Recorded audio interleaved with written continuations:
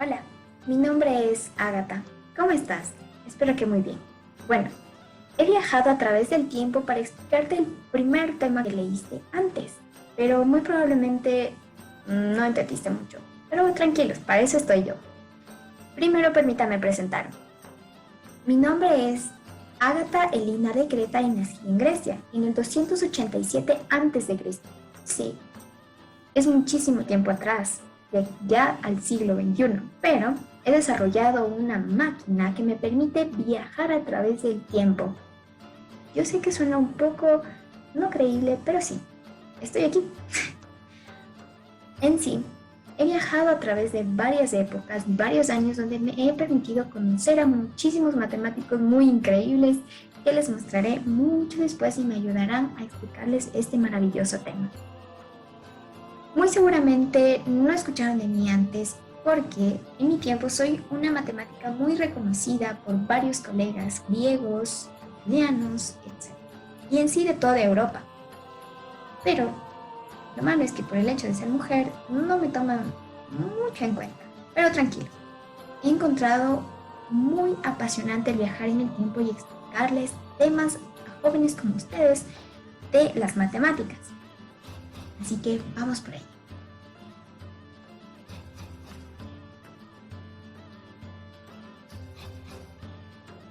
Primero quisiera definir el término más importante en torno al que gira esta investigación, área bajo la curva. Pero, ¿esto qué significa? Significa que consta de, en un plano cartesiano, el área delimitada por una función continua y el eje de las x dentro de un intervalo determinado, como podemos ver en esta gráfica. Toda la parte de rosa es el área bajo la curva, todo lo sombreado con rosa. La función continua es la pintada de color rojo.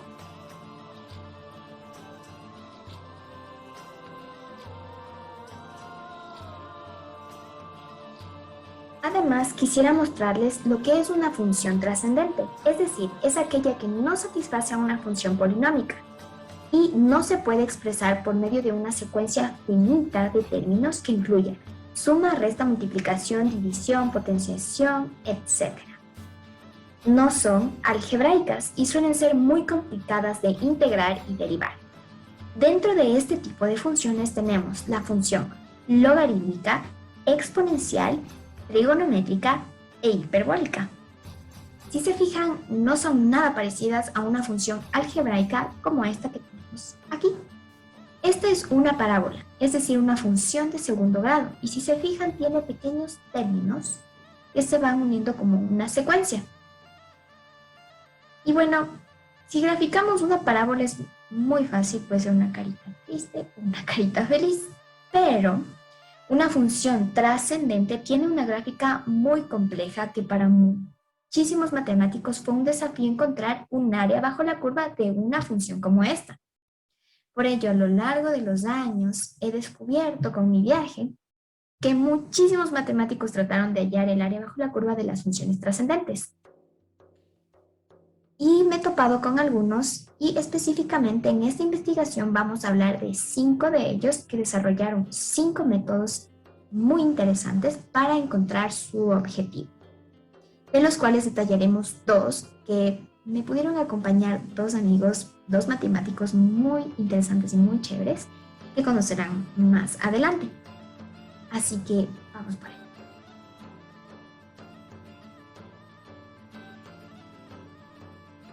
Hace muchos años atrás, en la antigua Grecia, hace más de 2000 años, Eudoxo de Cínido, un matemático muy reconocido, comenzó a dividir por secciones un área total. Es decir, se intrigó por conocer cómo se podría calcular el área de un objeto del cual no se sabía cómo calcular el área. Así que comenzó a dividir esta nueva área en figuras conocidas para ellos, es decir, los triángulos. Y como ya se conocía cómo calcular el área de un triángulo, lo que restaba era calcular el área de los pequeños triángulos, posteriormente sumar las pequeñas áreas para obtener el área total de esta nueva figura. Tiempo después, igual, Un muy buen amigo mío, Arquímedes, comenzó su investigación basándose en el principio de Eudoxo de Cnido para calcular el área bajo una parábola.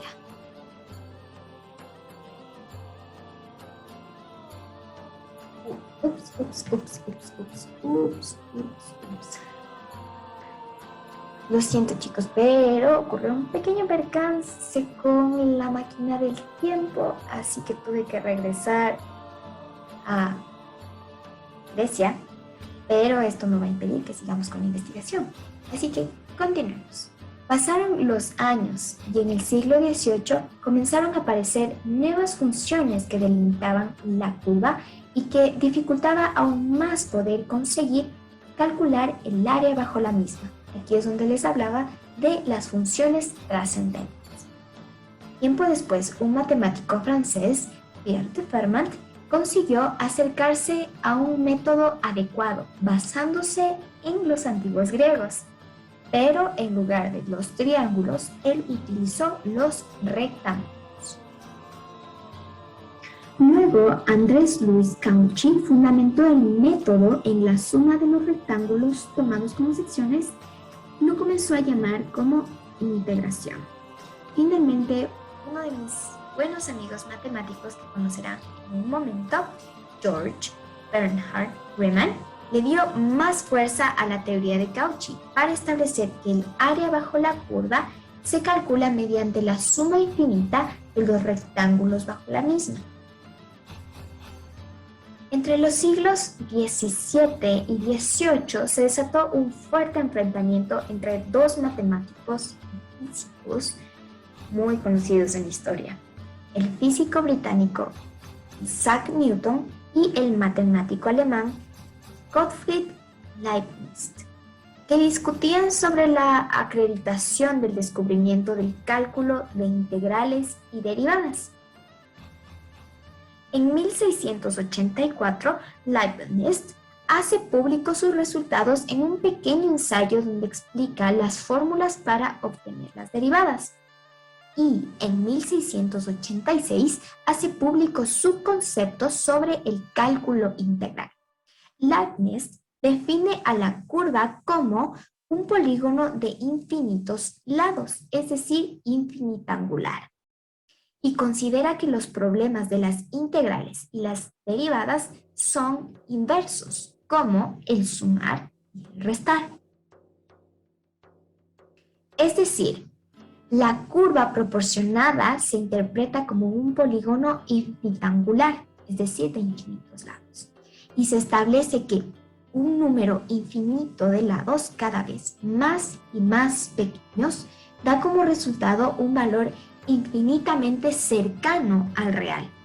De esta manera, Leibniz consideró a la integración como la suma de infinitos valores que van disminuyendo y así se acercan al valor real. Pero en 1687, Newton publica sus descubrimientos de integrales y derivadas relacionados a un método de fluxiones que se basa en un proceso bastante simple y de mecánica racional, donde indica que solo se necesitan tres datos: el tiempo, la velocidad y la longitud del espacio considerado. Su método se centra en un concepto bastante cinemático y físico como herramientas principales para el desarrollo del mismo. Ambos matemáticos consiguieron el mismo resultado de diferentes maneras. En la actualidad, la integración nos ayuda a calcular el área bajo la curva, el cual, como ya he mencionado, consiste en dividir en secciones pequeñamente infinitas cuya suma expresa un valor bastante cercano al real, o por no decir real. Y esta es la fórmula de dicha integración para calcular el área bajo la curva de una función.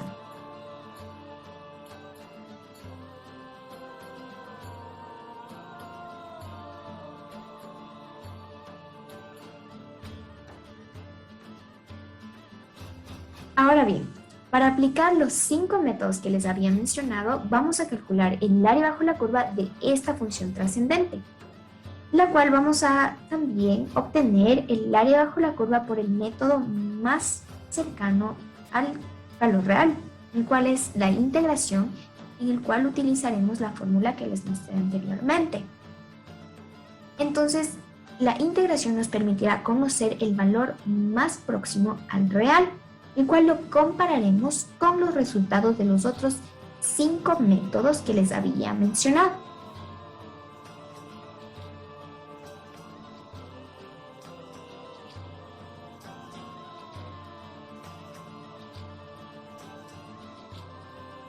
Reemplazamos los valores en la fórmula y con algo que ustedes, bueno, he llegado recién al siglo XXI, me olvidé de traer una, pero algo que ustedes llaman calculadora de pantalla gráfica, vamos a aplicar esta fórmula y vamos a obtener el siguiente resultado. Muy bien, este resultado es el que vamos a comparar con los otros 5 resultados obtenidos de cada uno de los métodos que vamos a trabajar.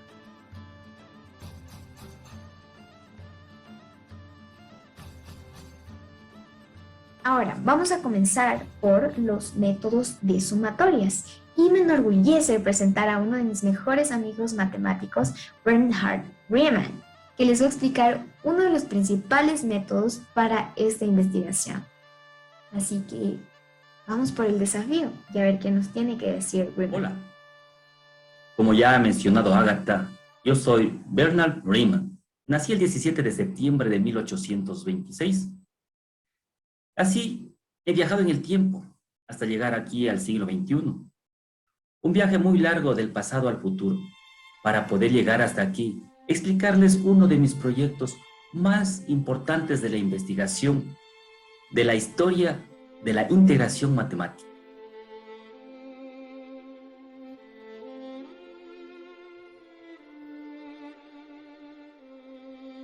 Mi método es muy sencillo. En otras palabras, consiste en dividir el área en varios rectángulos de la misma base y una altura determinada por una coordenada y de la función en estudio en un intervalo determinado. Esta es la fórmula que he creado, donde f de ci es la altura del rectángulo, que se obtiene mediante el punto x de la derecha del rectángulo, evaluado en la función dentro de los límites. Mientras que el ancho de los rectángulos es delta x, que se obtiene por la diferencia del valor final de los intervalos menos del valor inicial, todo esto dividido por el número de rectángulos que vamos a trabajar.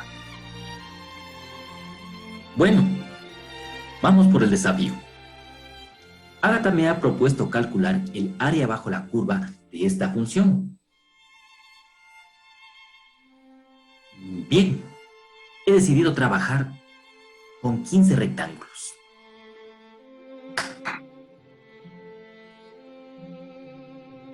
Ahora que tenemos seccionados, vamos a aplicar la fórmula anterior. Vamos a calcular delta x. B es igual a pi sobre 2 menos a igual a 0. Todo esto dividido para los 15 rectángulos que seccionamos anteriormente.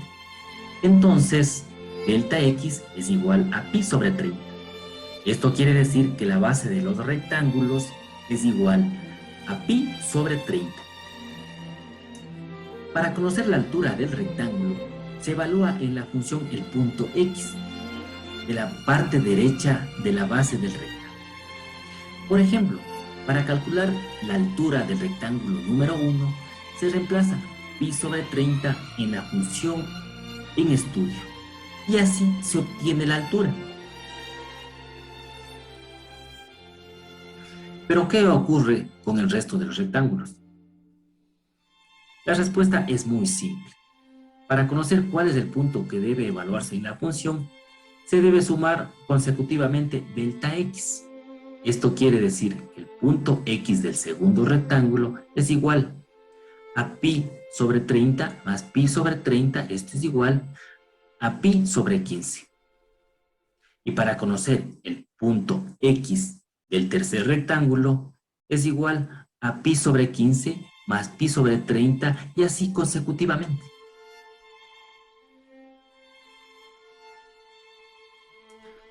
Lo que sigue es obtener el área de cada rectángulo, es decir, multiplicamos base por altura de cada rectángulo y al final sumamos todos estos valores, los cuales los he colocado en esta tabla, donde A sub n es el área de cada rectángulo.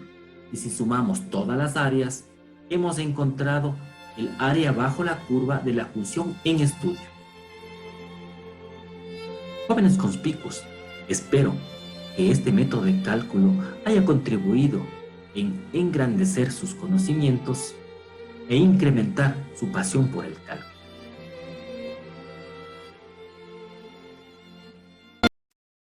Hola, soy yo de nuevo. Bueno, Simpson no pudo venir hoy, así que yo les voy a explicar un poquito su método, pero no es tan diferente al de Riemann que les acaba de explicar.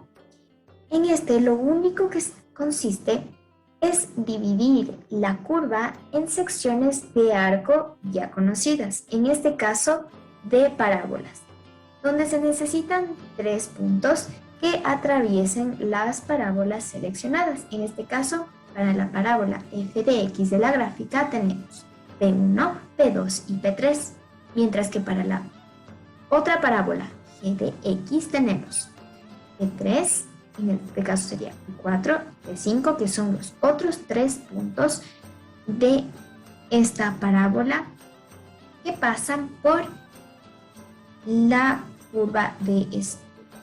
Posteriormente solo se calcula el área bajo la curva de los dos arcos que ya son conocidos y se suma.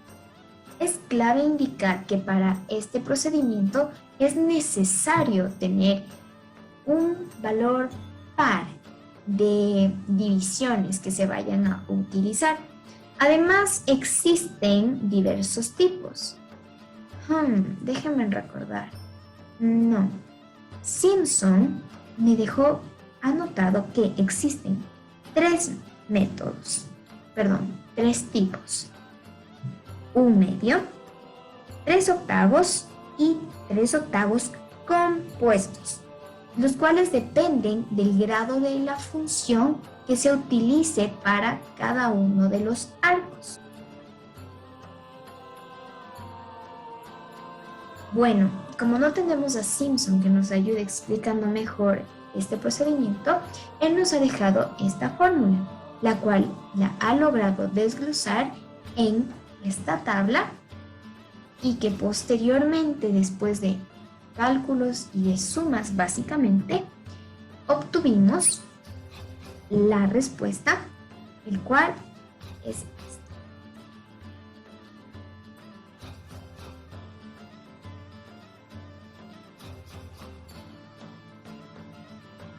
Y bueno, para el último método de sumatorias tenemos al método de Barrow. Pido una disculpa porque Barrow tampoco pudo venir, pero en la máquina del tiempo solo alcanzamos 3. Perdón. El punto es que Barrow hizo casi lo mismo que Riemann, solo que, no sé si recuerdan, pero en el método de Riemann, para poder calcular la altura del rectángulo se tenía que evaluar el punto de la derecha de la base de cada rectángulo en la función de estudio para poder calcular la altura. En este caso no es así, se puede utilizar cualquier punto de la base de cada rectángulo. En este caso, Barrow me ha comentado que él utilizó el punto de la mitad, es decir, el punto X de la mitad de la base de cada rectángulo. Este punto X lo evaluó en la función de estudio para obtener la altura de cada uno de los rectángulos que utilizó. En este caso, él también utilizó 15 rectángulos. Y bueno, la fórmula es casi parecida, es esta de aquí, y después de reemplazar todos los datos en la fórmula, se obtiene una tabla muy similar a la de Riemann, y la sumatoria de todas estas áreas de los rectángulos es esta.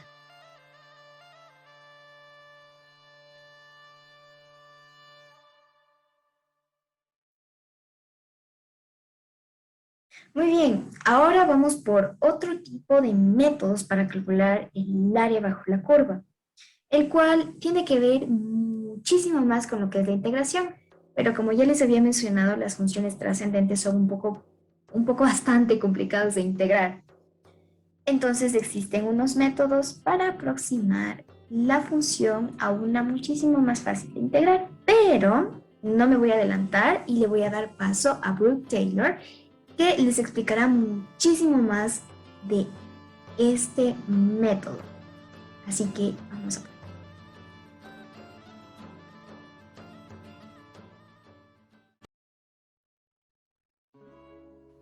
Hola, mi nombre es Brooke Taylor y he viajado en el tiempo con la invitación de mi amiga Agatha para explicarles sobre las famosas series de Taylor. Primero permítame presentarme. Yo nací el 18 de agosto de 1685 en Inglaterra y me he dedicado al desarrollo de las series de Taylor.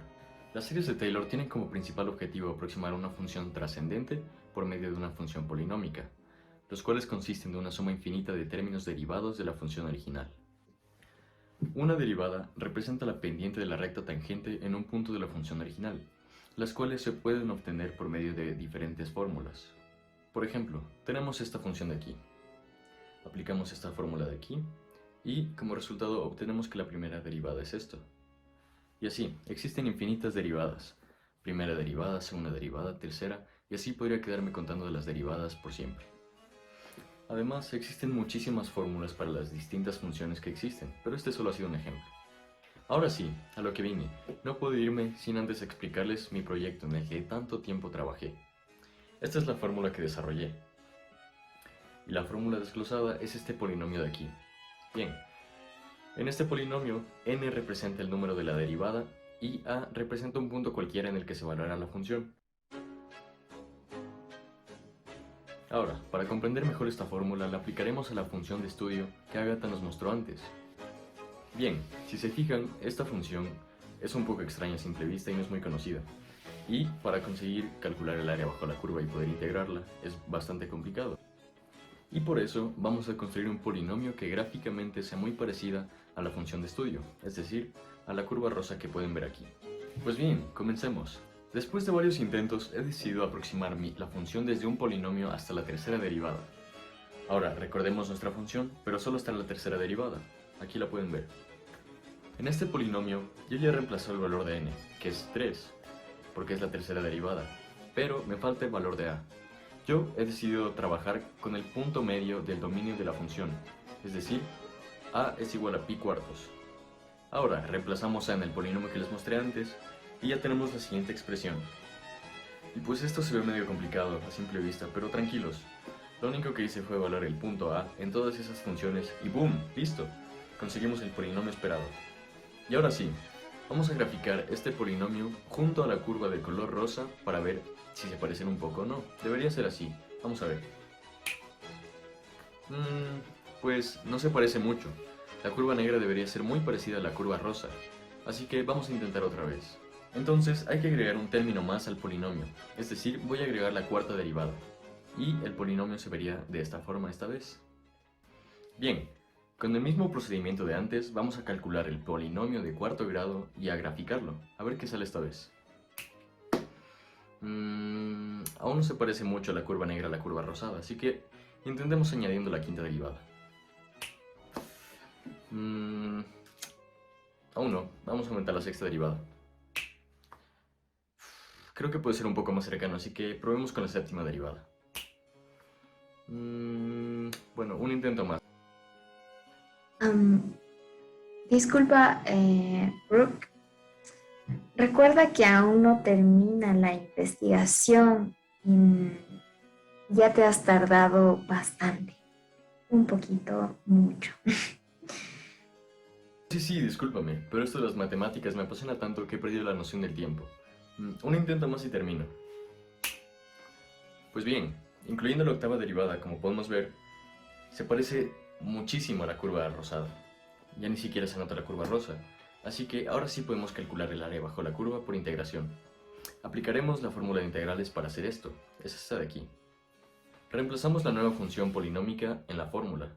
Y ahora, con este extraño instrumento que ustedes llaman calculadora de pantalla gráfica, vamos a calcular el resultado, a ver qué nos sale. Bien, pues el resultado es este de aquí. Bueno, más adelante veremos si se aproxima al valor real o no, pero estoy segurísimo que sí.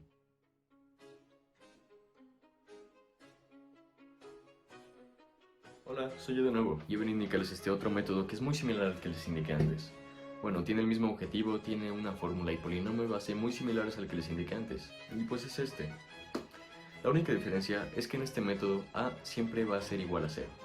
Para encontrar el área bajo la curva de la función de estudio, se aplica exactamente el mismo procedimiento que en las series de Taylor, simplemente cambiando el valor de a, que es 0. También se hicieron unos 8 intentos hasta poder encontrar el polinomio que esté más próximo a la curva de color rosa, y pues el resultado es este.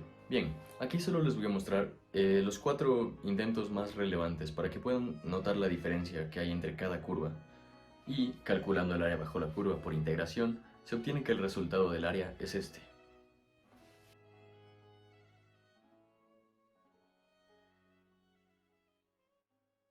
Bueno, finalmente hemos terminado con todos los métodos de estudio. Vamos a presentar los resultados de cada uno en esta tabla y el porcentaje de diferencia que tienen con el más acertado, que es la integración que calculamos desde el principio.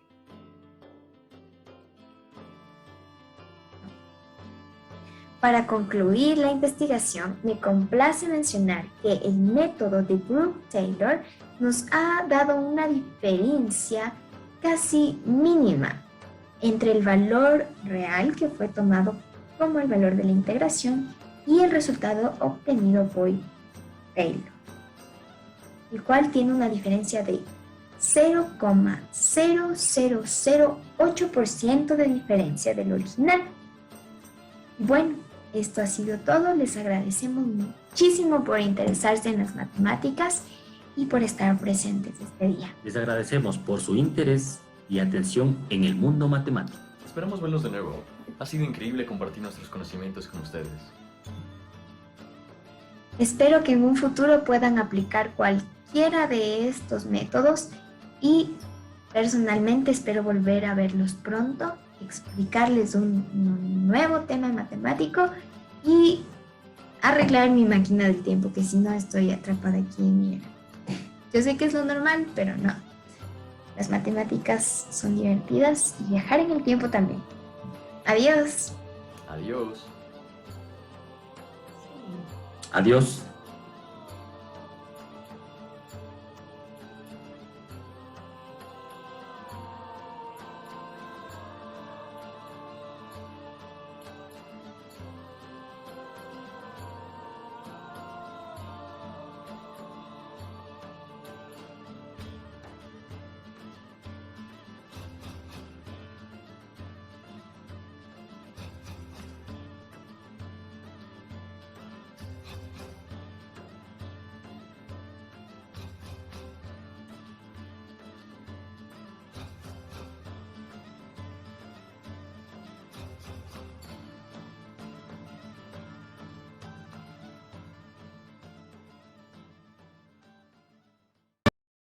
Dividir el triángulo. Dividir el área. Dividir el área en triángulos otra vez. Son rectángulos, sí.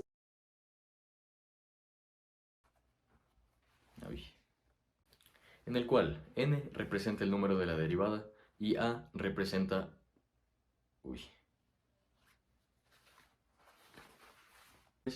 Y boom, tenemos... Y me he dedicado al desarrollo de las series de Taylor.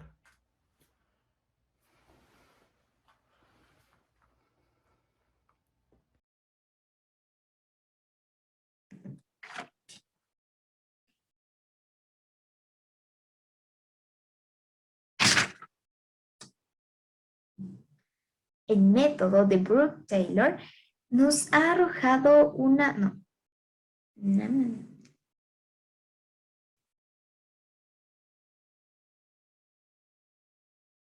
Bueno,